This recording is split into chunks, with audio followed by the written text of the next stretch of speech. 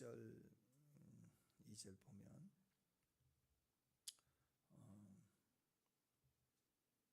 살면서 하나님 앞에 지혜로움이 기도하라는 것이죠.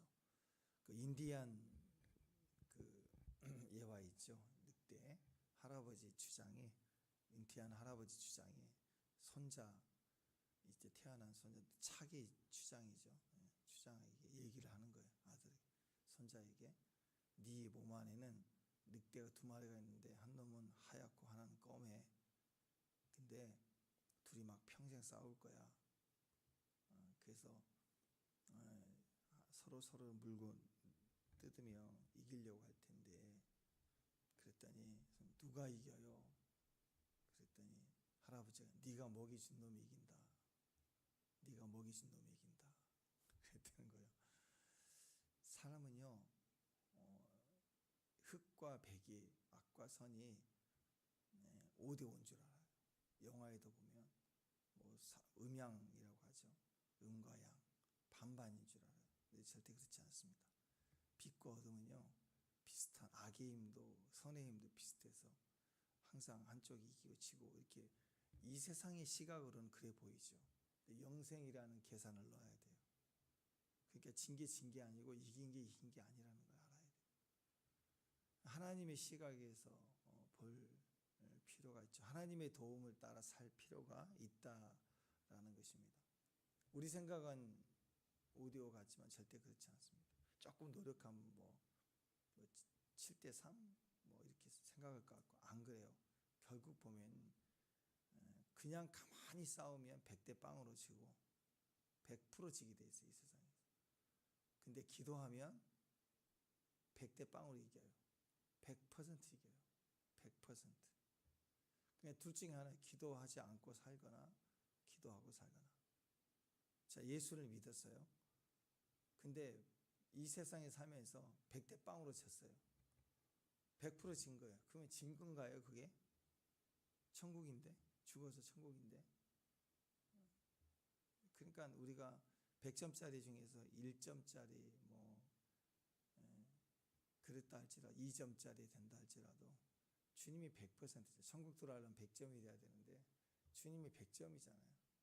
누구나 다 100점 몇이에요. 다 100점, 200점, 8 뭐 이렇게. 그러니까 우리에게는 항상 이김이 있음을 알아야 돼. 네. 근데 오늘 이스라엘 백성들을 보십시오. 이렇게 수많은 선지자를 또 보내고 또 얘기하고 또 반복하고 여러 모양으로 또 얘기하고, 주변 나라가 강성할 때마다 저 나라는 의지하지 말라 계속 얘기하며 반복적으로 얘기할 때 그들은 항상 반복적으로 하나님을 떠납니다. 이걸 뭐라고 그러냐면 자기 성향이라고 그래요. 사람은 자기 성향대로, 본성대로, 자기 느낌대로 가요.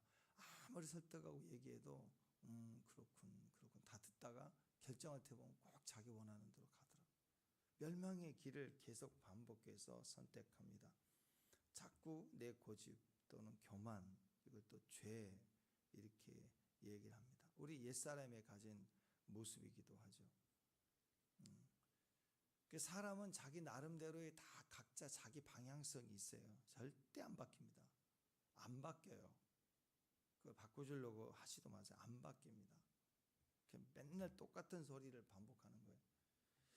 그래서 풍정등화 같은 위기가 오면 이상하게 똑같은 방향을 선택해요. 이상하게 똑같은 걸 선택해 가는 거예요. 이 세상이 그렇고 사람들이 그렇습니다. 자꾸만 사람 의지해. 이상하게만큼 하나님을 의지하지 않아요. 징해요. 막 처음에는 아람 의지했다가 또 그게 안 되니까 아수르 의지하다가 또 아수르 망하니까 또 이제는 애굽을 의지하고, 북한이 망하는 걸 봤으면 남한이라도 바뀌어야 되는데 똑같이 가는 거예요. 자, 이런 성향이 있더라. 공부도 그래요. 공부 잘하는 사람 학교 다닐 때 왜 공부를 잘해야 된다. 학원을 보내고 공부를 잘 하려고 하고 이렇게 도와주고, 또 야단도 치고 공부를 잘하라. 왜 그럴까요? 아이들 말은 그래. 이게 뭐 도움 됩니까? 뭐 나는 짜장면집 이어받을 텐데 미적분 하는 게 무슨 소용이 있습니까? 막 이런 얘기를 하죠. 근데 뭘 공부하냐면 그 수학 공식이나 단어를 공부하는 거 같지만 그게 아니라 성향을 키우는 거예요. 성향. 기질을 키우는 거예요. 그것이 자라가야 될 때거든요. 그러니까 꼭 공부만이 아닌 거예요. 왜 공부를 최선을 다해서 절제하고 게임 절제하고 자기 할 일을 해내고 책임감 있는 걸 계속 해 나간 아이들은 공부만이 절대 아니라는 거죠. 그래서 뭐 어떤 예를 들어서 어떤 과목을 배우다가 성적이 다 있겠죠.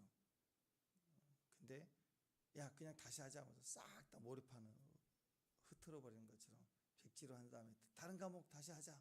다른 과목을 해. 그래도 이상해요. 안 하는 애는 죽어도 안 해. 숙제 안 해온 애는 죽어도 안 해오고 자격이 안 맞는 것 같아도 그걸 해야 될 아이들은 기어이 또 해옵니다. 판을 흐트러 놔서 제 상태로 놔도 그렇대요. 이스라엘 역사가 그걸 증명하거든요. 50년마다 희년이 되는데 희년이 되면 빚을 진 자에게 빚 탕감해주고 빚 때문에 노예된 자를 돌려보내고 그 다음에 땅도 돌이켜줘. 조상의 땅을 담보자 앞에서 팔았어도 다 돌려줘야 돼요.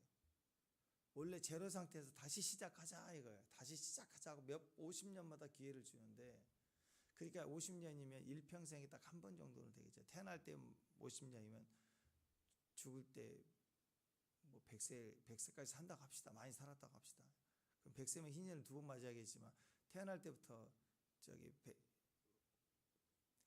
희년 맞이한 건 어렸을 때는 자기 책임이 없잖아요. 그러니까 자기 책임이 있는 상태에서 내가 탕감받을 수 있는 다시 시작할 기회는 일생에 딱 한 번은 있는 것 같아요. 하나님 이렇게 경제를 다 원래 상태로 돌이켜서 땅에 있으면 시작할 수 있는 기회를 다 줘도 좀 지나면 한 10년 지나면 또 빚진 자는 또 빚지고요. 노예는 또 노예로 가요. 이상하죠? 예, 그게 성향이라는 게 선택이 딱 정해진 대로 가니까. 어떤 분들은 죄를 지어서 교도소를 갔는데 자기 말로 그래. 나는 도둑질을 안 하고 싶은데 계속 손이 이렇게 무슨 손이 갔겠어요. 근데 이상한 손이 간대. 손이 갔겠어요. 성향이죠. 그 안에 박혀있는 성향. 그렇게 살려고 하는 마음.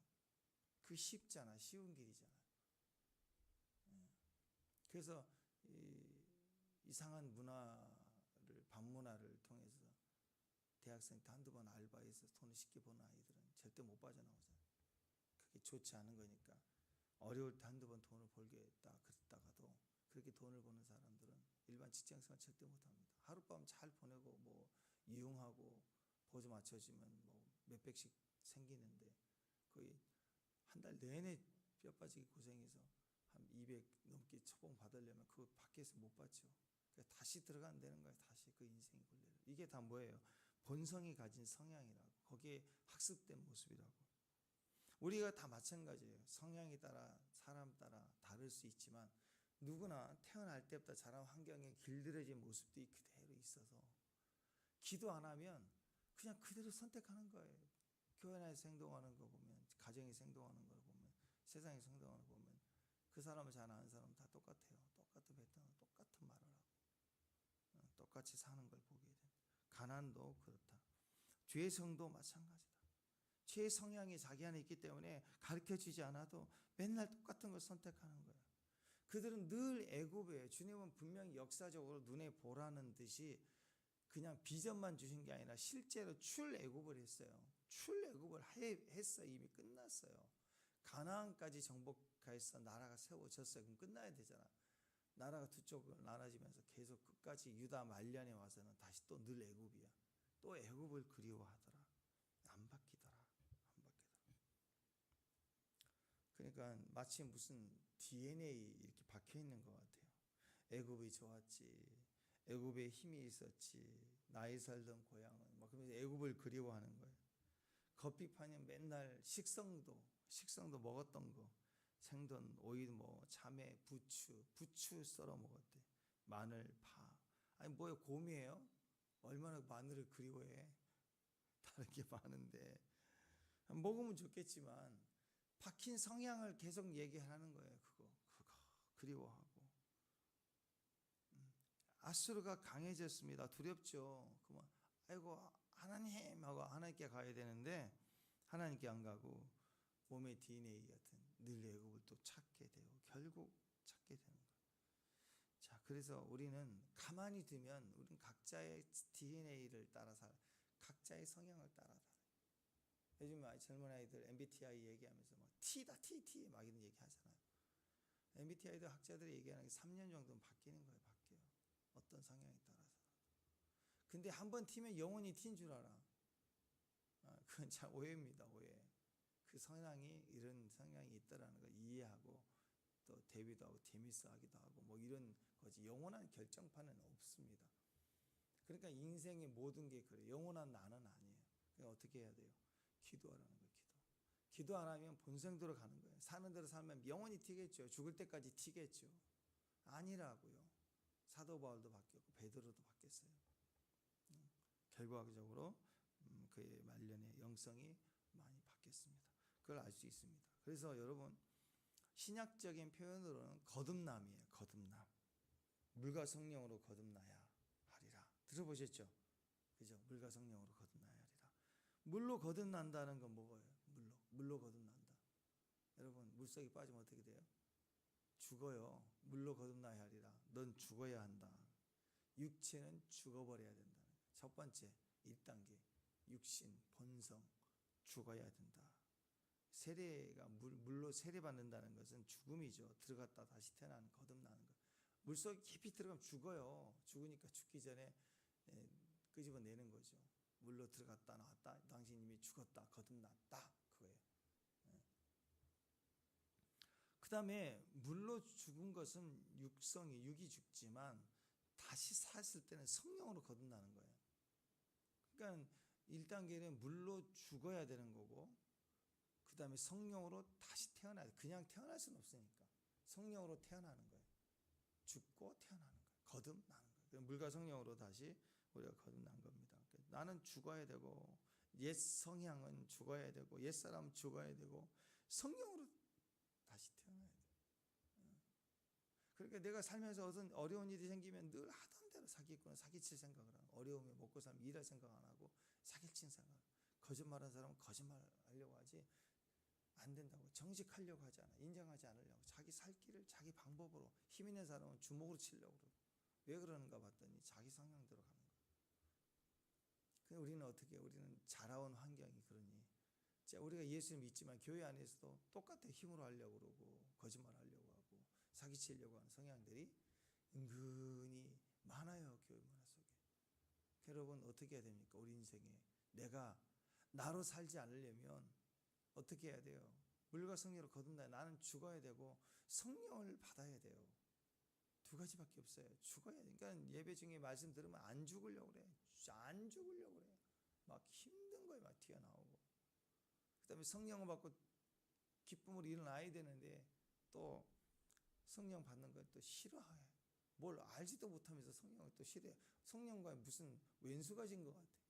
얼마나 또 많이 주님을 아는 것처럼 성경을 아는 것처럼 꼭 성령을 거부한 사람의 특징은 성경을 엄청 아는 것처럼 얘기해요. 알지도 못해. 성경이 말하는 그분이 예수님이고 신약 구약 옛 언약 새 언약이 다 예수님이에요. 오실 예수님 오신 예수님 신약 오실 예수님 성경이 다 얘기하는 게 예수님인데 예수님을 믿어야죠. 말씀을 믿는 게 아니고 언약을 믿는 게 아니고 언약이 말하는 이가 오시면 그 예수님을 믿어야 되는 거. 그 예수님이 신약에서 뭐라고 그랬습니까?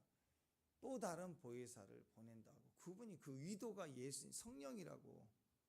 근데 성경은 말씀은 다 달달달달 법점 외우듯이 아는데 문제 예수님을 안 믿고 성경을 안 믿는 거예요. 그게 우리 모습이라. 그러니까 늘 애굽이에요. 늘 애굽 가서 망한다. 이 얘기를 하고 있습니다. 여러분 그래서 이 성향 고집을 깰 수 있는 힘이 기도에 있습니다. 1절 2절 보면 그 얘기하는 거예요.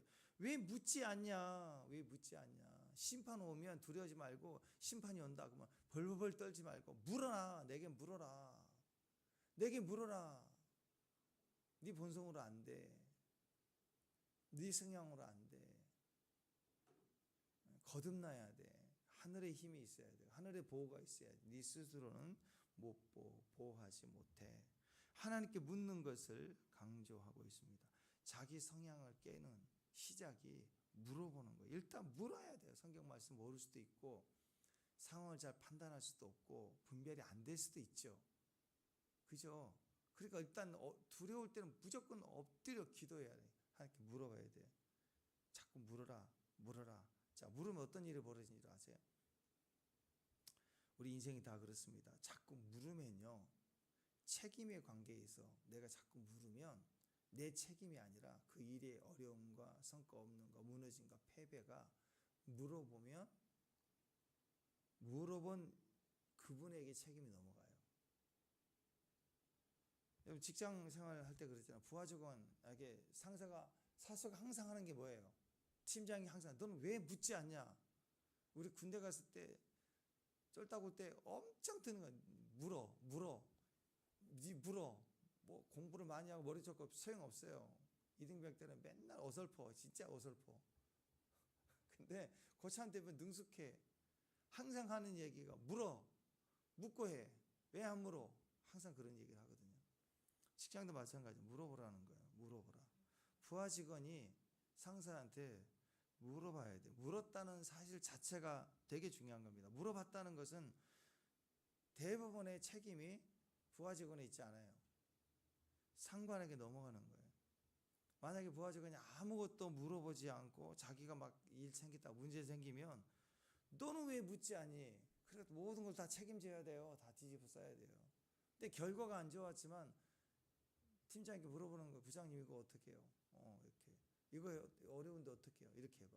자꾸 물어보기만 했어도 나중에 문제 생기면 안 물어봐요. 책임은 안 물어요. 부장 책임이지. 묻지 않고 일하는 사람들이 제일 힘들어요. 꼴통이에요. 직장 꼴통. 그래서 여러분 일이 그 규모가 있게 움직이는 곳일수록 이 결속력이 굉장히 강합니다. 조직 위계 질서가 강해요. 위계 질서가.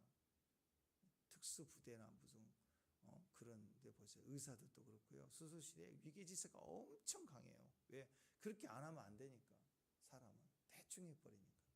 철저하게 물어보고 한다.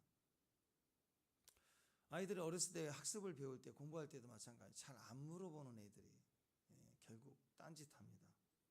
똑똑한 아이들은 자꾸 물어봐. 아이들이 뭔가 배워나갈 때 자꾸 물어봐. 이거 뭐야? 이거 뭐야? 나가자. 자꾸 의견이 나오는 건 지금 물어보고 있는 거라고. 엄마한테 물어보는 아이들은 위험하지 않아요. 근데 엄마한테 묻지 않고 지가 막 문 열고 나가. 위험하죠. 위험해요. 차가 다니는데. 자꾸 물으니까 책임이 주님께 가는 거예요. 그래서 1절이 이제 철저하게 나를 물어라. 책임 나에게 있게 하라. 근데 그걸 못하는 거예요. 다 내가 늘 애고 늘 오만해. 그러니까 자꾸 이방인 민족이 되는 거예요. 에돔을 좋아하고 아스를 좋아하고 이제 그만해라 그러는데 또 다시 또 애굽을 찾아가고 모든 책임이 다 묻지 않고 행하는 것이 나에게 돌아오게 된다. 왜 묻지 않을까요? 왜 묻지 않고 할까요? 물어라 그래도 안 해요. 어떤 아이들은 하라고 했는데도 자꾸 물어보는 아이가 있고 배우려고 하니까. 근데 어떤 아이들은 물어봐야 될 것도 안 물어봐. 그게 직장 초년생들 보면 똑같습니다. 직장 초년생들 보면은 진짜 고집스러워요. 그 속에 있는 성향입니다. 자기 성향. 그래서 힘든 거예요. 그게 거기에 꺾여지는 것이 힘들다. 근데 그 원리를 알아야 돼요. 물어보면 책임자에게 넘어갑니다. 자꾸 물어봐라. 오늘 하나님 너는 내게 물어보라 하지 않습니까? 모든 상황 우리가 죄가 있고 부족하고 연약하고 힘이 없지만 물어보라. 그 말은 책임이 나에게 있다. 내가 책임지게 하라. 내가 너를 돕게 하라. 그 얘기 하는 거 아니에요. 근데 이것에 익숙해지면 물어보면 책임이 하나님께 넘어간다. 그것을 직장 생활에서는 정치라고 그래요. 정치를 잘하는 사람들은 그래서 아는 것도 물어봐. 왜? 저건 할 수 있는 유능한 대리인데 자꾸 물어봐. 윗사람한테 얘기를 해. 왜 그래요? 정치하는 거예요. 정치. 그래서 일이 잘 나오면 지가 다 해놓고도 부장님이 도와주셨기 때문입니다. 이 말 하나 넣어주면 또 다음 일에 스카웃 되는 거예요. 이게 정치라고 이런 게 이게 정치. 세상 얘기를 하지만, 그러니까 여러분, 우리 안에 있는 이런 고집과 교만은 자기 판단 확신이 분명하기 때문에 물을 게 없어요. 그러니까 망하는 거죠. 물을 게 없으니까 망하는 거예요. 말씀도 자꾸 물어봐야 돼요. 말씀도 고민해 봐야 돼요. 큐티가 그거 아니야. 하나님께 물어보는 거잖아요. 매일 성경을 보면서 성경 공부만 해. 이게 순 바보 되고 있는 거예요. 묻지 않은 성향이 자기 성향으로 가는 거예요. 뺑뺑 도는 선택된 말씀 듣는 거 똑같다고 그러는. 아니 묻지 않고 견해와 세계관이 틀려지 바뀌지 않는데 자기가 아는 그것만 가지고 이 사건을 해석하고 뭐 상황을 해석하는 거예요. 전부 똑같은 것만 해석한다. 심지어 AI도 그래. AI도 중국에서 만든 AI 세계에 영향을 주고 있다고 하죠. 근데 그 AI는 다 AI가 마찬가지지만 인공지능이라는 게 창조성이 없어요. 다 전부가 다 생성형이라고 수집을 해야 돼요. 중국이 이렇게 발달될 수 있는 이유 중에 하나가 공산주의니까 인권이고 뭐고 법으로 제정해서 허락받아서 데이터를 수집할 이유가 없어요. 그냥 해 그러면 그냥 수집하는 거예요. 그냥. 그러니까 AI는 수도시 반복해서 이렇게 데이터 수집을 해야지만이 이 세지거든요. 이게 중국이 세진 이유가 그거예요. 사람 인권이니 뭐니 개인 정권이 없어 그냥 해 그럼 하는 거니까 그냥 빠를 수밖에 없는 거예요. 근데 헐리우드 배우도 영화 이것도 즉각으로 만들 수 있는 AI 막 이런 게 굉장히 많이 발달되고 좀 쓰고 있잖아요. 그런데 맹점이 그거예요. 시진핑에 대해서 나쁜 말을 절대 안 해요. 객관적인 말이 절대 없어요. AI가 맞는 것 같지만 절대 틀립니다. AI 확인해야 돼요. 틀린 걸 얘기해줘요. 틀린 걸 얘기해준다고. 또 AI가 엄청 고집습니다. 자기 정보리가 없으면 아니라고 우게 돼요. 그래서 어떤 찬양들 옛날에 어떤 찬양들을 찾아서 있다고 그러면 없대. 없대. 있다고 뭐 없대. 몇 번은 없대. 내가 불렀던 곡인데 악보가 없어서 찾아보면. 그래서 또 구체적으로 찾아야 돼요. 뭐 80년, 90년 사이의 곡인데 미국에서 컨트리풍이고 뭐 대충이라도 써줘야 그런 비슷한 게 있다고 찾아주고 막 웃겨요. 진짜 AI하고 있으면 어떤 화가 나. 그래서 에이 너 아이지 뭐 아이야 엉터리 그림 그려주고 확인을 늘 해야 됩니다. AI가 절대적인 게 아닙니다. 내 싸움이 되면 세상 싸움에서 우리는 100점 100패예요. 내 싸움이 되지 말고 내 싸움을 하나님 싸움이 되게 하라는 거예요. 나의 전쟁이 하나님 전쟁이 되게 하라는 거예요. 그걸 다른 말로 주 앞에서 막 전쟁 중에 찬양하는 거고. 그러니까 그 세상 보기에는 무기를 들고 나가야 되는데 법궤 들고 메고 가서 찬양하고 있으니까 웃기는 거죠. 웃기는 게 아니라 전쟁 전이에요. 전쟁을 전이시키는 거라고. 내 전쟁이 아니라 하나님 전쟁, 하나님 싸움이 되게 하는 거라고. 그 다윗이 골리앗에게 너는 칼과 단창은 내게 온다 그러죠. 그렇지만 나는 만군의 여호와 이름으로 내게 나간다. 전쟁을 하나님께 옮겨버리는 거라고. 그러니까 사업하시는 분들은 기도해야 돼요. 맨날 물어요. 무슨 문제 있을 때만 엎드립니까? 엎드려야죠. 무조건 시작이 모든 하루의 시작은 기도예요. 내 사업이 아니라 하나님 사업이 되게. 무슨 기도를 해서 꼭 응답을 받아야지만이 응답이 받아야지만이 된다라고 생각하는 사람은 문제 있을 때만 응답이 필요할 때만 기도한다고. 그게 아니라 기도는 기본 자체가 답을 얻지 않고 내가 해결하지 못하고 성과가 있고 회사에 손해를 일으키고의 문제가 아니라 책임전이라고. 하나님 책임전. 그러니까 기도해야 되는 거예요. 100% 기도해야 되는 거예요. 어떤 상황이든 기도해야 된다고. 응답이 있고 없고에 대한 의미가 아니에요. 책임이라고. 책임을 넘기면 성과가 좋을 때 부장님이 지가 다 해놓고 다 알죠. 근데 나에게 공로를 높이네? 그러면 그 다음부터 프로젝트 있을 때만 쟤만 쓰는 거에 자꾸 오라 그래가지고 적고 실력 올라간다고. 결국 때가 되면 다 알아요. 주변은 누가 실력자인지. 근데 꽁 해갖고 그냥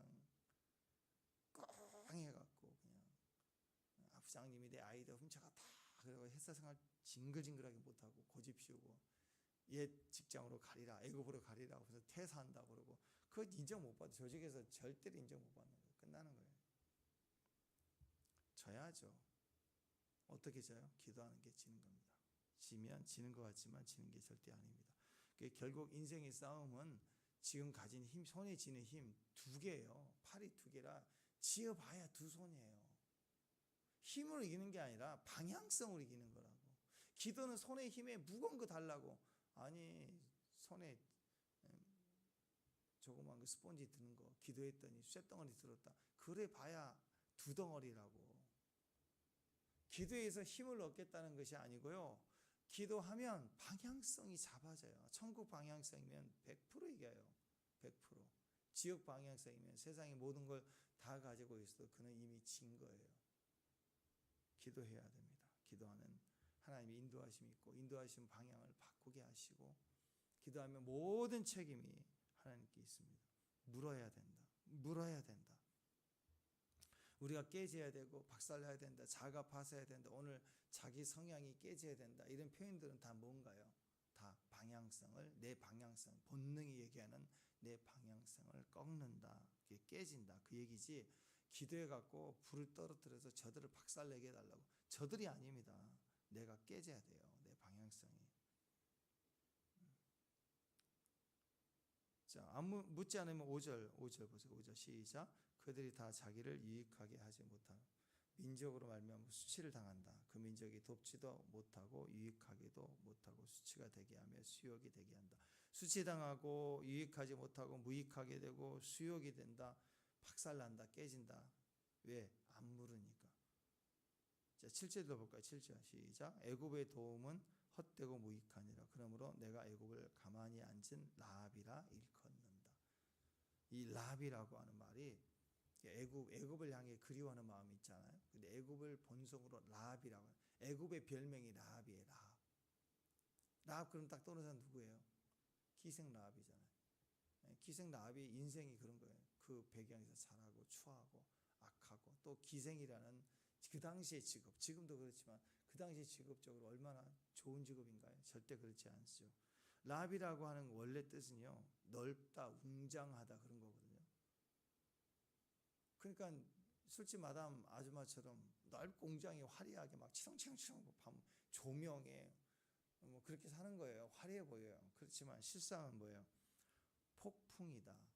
그러니까 넓다, 웅장하다 그런 뜻 안에 뭐가 있냐? 바다 괴물 뭐 사전 찾아보면 이렇게 신화 속에 애굽의 바다 괴물 뭐 이런 거예요.